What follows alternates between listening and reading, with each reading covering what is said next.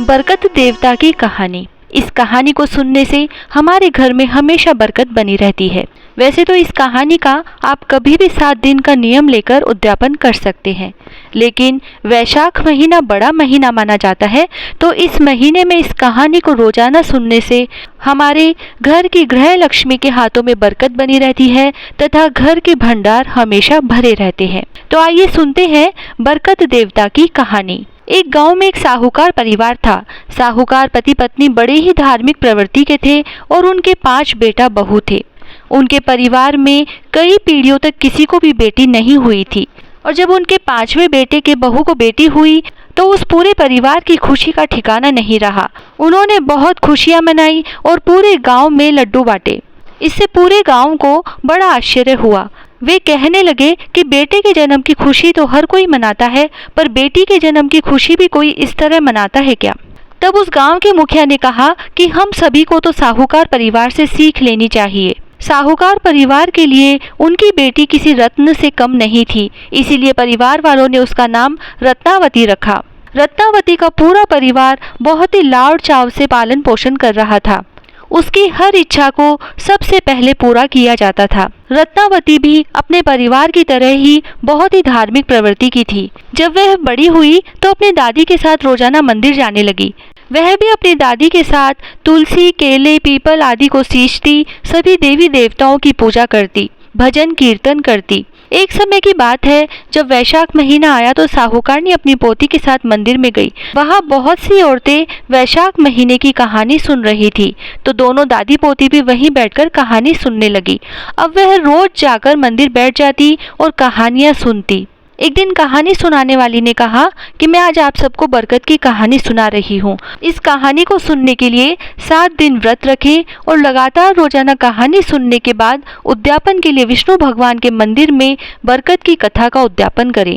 इससे उनके घर में कभी भी धन धान्य की कमी नहीं होगी और घर में हमेशा अन्न धन के भंडार भरे रहेंगे तथा परिवार के पुरुष तथा महिलाओं के हाथों में हमेशा बरकत बनी रहेगी। तब साहूकारनी ने भी 7 दिन तक कहानी सुनकर व्रत करने का निश्चय किया और रोजाना कहानी सुनने लगी। 7 दिन के बाद साहूकारनी ने बरकत की कथा का उद्यापन कर दिया। रत्नावती अभी बहुत छोटी थी, तो साहूकारनी ने उसकी तरफ ध्यान नहीं दिया कि उसे भी उद्यापन करवाना है। धीरे धीरे रत्नावती बड़ी हुई और जब शादी योग्य हो गई तो परिवार वालों ने अच्छा घर वर ढूंढकर उसका विवाह कर दिया। रत्नावती के ससुराल में 4 जनों का छोटा सा परिवार था, जिसमें सास, बहू, रत्नावती तथा रत्नावती का पति था। जब रत्नावती ससुराल आई तो रोजाना की अन्य कामों का जिम्मा उसे सौंपा गया तथा खाना बनाने का जिम्मा सासू माँ ने ले लिया। उसकी सास खाना बनाने के बाद सबसे पहले अपने पति को खिलाती, फिर पुत्र को खिलाती और फिर बाद में खुद खाकर बचा हुआ जो भी खुरचन बचता वह रत्नावती को दे देती थी। रत्नावती बचा कुचा खाना खाकर पानी पीकर सो जाती थी। धीरे धीरे रत्नावती कमजोर पड़ने लगी। तब एक दिन रत्नावती के पति ने रत्नावती से पूछा कि हम घर में सिर्फ 4 जने हैं, मैं अच्छा कमाता हूँ, अच्छा खाना बनता है, पर तुम रोजाना कमजोर क्यों होती जा रही हो? तुम्हें किस बात का दुख है, मुझे बताओ। तब रत्नावती बोली कि आपकी माँ आप सभी को तो भरपेट खाना खिलाती है, लेकिन मुझे बची कुची कढ़ाई की खुरचन परोस देती है। मुझे रोजाना भरपेट खाने को नहीं मिलता, इसीलिए कमजोर होती जा रही हूँ। तब उसके पति ने कहा कि मेरी माँ ऐसा क्यों करेगी? तुम कल से मेरी थाली का खाना खा लेना और तुम्हें जो खाना परोसा जाएगा वह मैं खाऊंगा। दूसरे दिन से रत्नावती का पति कोई न कोई बहाना लेकर अपने खाने की थाली को कमरे में रखकर रत्नावती को खिला देता तथा उसे जो खाना परोसा जाता वह खुद खा लेता। धीरे धीरे रत्नावती के पति का स्वास्थ्य बिगड़ने लगा। रत्नावती का पति दिन भर दिन कमजोर पड़ने लगा, सूखने लगा। तब रत्नावती की सास ने अपने बेटे से कहा कि बेटा, मैं तो तुझे रोज अच्छे से अच्छा खाना देती हूँ, फिर तुम दिन पर दिन कमजोर क्यों होते जा रहे हो, क्यों सूख रहे हो?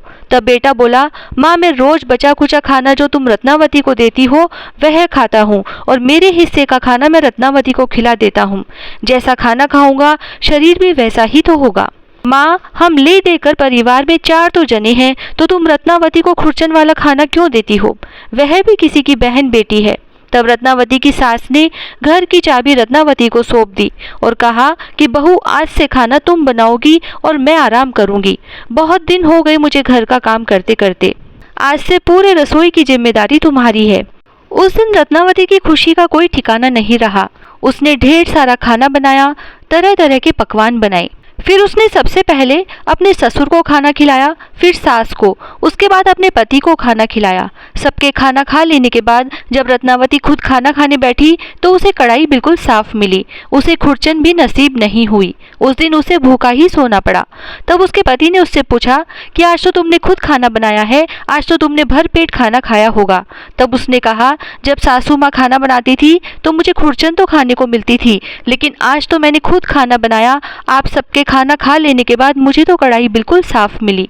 मेरे हिस्से में तो आज खुरचन भी नसीब नहीं थी। पति को बड़ा आश्चर्य हुआ। उसने कहा, यह कैसे हो सकता है? तुम कल और ज़्यादा खाना बनाना। दूसरे दिन उसने पहले दिन से भी ज़्यादा खाना बनाया। फिर सबको खाना खिलाने के बाद जब रत्नावती खुद खाना खाने बैठी तो उस दिन भी उसके लिए कुछ नहीं बचा। उसे कढ़ाई बिल्कुल साफ मिली। उसने यह सब अपना भाग्य मान लिया कि उसके हिस्से में अन्न देवता लिखे ही नहीं हैं। धीरे धीरे रत्नावती फिर से सूखने लगी। तब रत्नावती की सास ने अपनी बहू से कहा कि बहू, अब तो खाना तुम खुद बनाती हो, फिर भी तुम दिन बर दिन सूख रही हो। तब रत्नावती ने पूरी बात अपनी सास को बताई। तब सास, ससुर और उसके पति को बड़ा आश्चर्य हुआ कि रत्नावती खुद खाना बनाती है, ज़्यादा खाना बनाती है, तो भी सबके खा लेने के बाद उसके लिए कुछ नहीं बचता, कढ़ाई बिल्कुल साफ मिलती है। तब रत्नावती की सास ने अपने बेटे से कहा कि बेटा, तुम कुछ दिनों के लिए बहू को उसके पीहर लेकर चले जाओ, शायद वहाँ कुछ ढंग से खा लेगी तो इसका शरीर ठीक हो जाएगा। यह तो दिन बर दिन कमजोर होती जा रही है। इस तरह रत्नावती का पति रत्नावती को लेकर अपने ससुराल आ गया। जब रत्नावती मायके आई तो सभी ने रत्नावती की हालत देखी तो उनसे रहा नहीं गया और उन्होंने कहा कि बेटी, हमने इतना अच्छा परिवार देखकर तेरा विवाह किया था, तुझे किस बात का दुख है? क्या ससुराल वाले तुझे अच्छे से नहीं रखते? तब रत्नावती ने अपने परिवार वालों को बताया कि मेरे हिस्से में अन्न देवता लिखे ही नहीं है। जब मेरी सास खाना बनाती थी तो मुझे खुरचन तो खाने को मिल जाती थी, लेकिन अब तो मैं खुद खाना बनाती हूँ और रोज़ ज़्यादा से ज़्यादा खाना बनाने की कोशिश करती हूँ, लेकिन हर रोज़ मेरे हिस्से में सबके खाना खा लेने के बाद कुछ बचता ही नहीं है। अन्न देवता मुझसे रूठ गए हैं और मेरे भाग्य में लिखे ही नहीं है। तब रत्नावती की दादी को पूरी बात समझ में आ गई।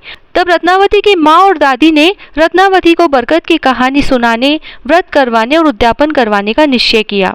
दूसरे ही दिन रत्नावती ने अपनी माँ और दादी के साथ बरकत की कहानी सुनी, व्रत किया। इस तरह 7 दिन तक लगातार व्रत करने के बाद 8वें दिन विष्णु भगवान के मंदिर में उसके हाथ से बरकत की कथा का उद्यापन करवाया और फिर वह मायके से बहुत सारा धन लेकर वापस अपने ससुराल आ गई। जब रत्नावती ससुराल आई तो उसने अपनी सास को पूरी बात बताई कि बरकत देवता मेरे से नाराज थे और मेरे ऊपर श्राप लगा था, इसीलिए मेरी दादी माँ ने मुझे बरकत की कथा सुनाई और मुझसे 7 दिन तक व्रत करवाया तथा 8वें दिन उद्यापन करवाया। अब आज से मैं आपको कहानी सुनाऊंगी, आप हुकारा भरना। फिर रत्नावती ने अपनी सास से कहा कि आपने खाना खा लिया क्या? सास ने कहा कि बहू, तू तो भूखी रहती है, हम सब खाना कैसे खा सकते हैं? हम तो तेरे दुख में दुखी हैं।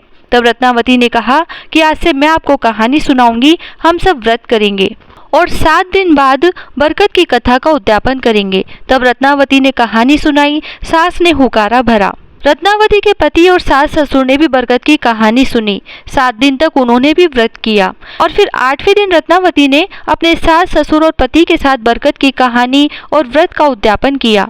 विष्णु भगवान के मंदिर में गए। उद्यापन में नारियल, मिश्री, मिठाई और दक्षिणा चढ़ाई। सभी ने भगवान से घर में बरकत बनी रहे इसकी प्रार्थना की और पहले जो गलती हुई उसके लिए क्षमा मांगी। उसके बाद घर आकर रत्नावती ने खाना बनाना शुरू किया तो उसकी सास और पति ने कहा कि बहू, आज तो तुम बहुत सारा खाना बनाना, लेकिन रत्नावती ने कहा कि नहीं, आज मैं देखना चाहती हूँ कि बरकत देवता मुझसे नाराज है या मुझ पर राजी हो गए हैं। आज मैं पहले जितना खाना बनाती थी उसका आधा ही खाना बनाऊंगी। उस दिन रत्नावती ने हमेशा से कम ही खाना बनाया और फिर अपने सास ससुर से कहा कि आप खाना खा लीजिए, लेकिन उसके सास ससुर ने कहा कि नहीं बहू, पहले तुम खाना खा लो। लेकिन रत्नावती ने कहा कि नहीं, पहले आप सब खाना खाइए, उसी के बाद मैं खाना खाऊंगी। तब रत्नावती के ससुर, सास और पति ने भरपेट खाना खाया। उसके बाद जब रत्नावती खाना खाने बैठी तो अभी भी बहुत सारा भोजन बाकी था। उस दिन से रत्नावती भी भरपेट भोजन करने लगी। हे बरकत देवता, जैसे रत्नावती पर राजी हुए वैसे सब पर होना, जैसे रत्नावती से नाराज हुए वैसे किसी से न होना। कहता ने सुनता ने हुकारा भरता ने सारे परिवार को खुश रखना। जय श्री राधे।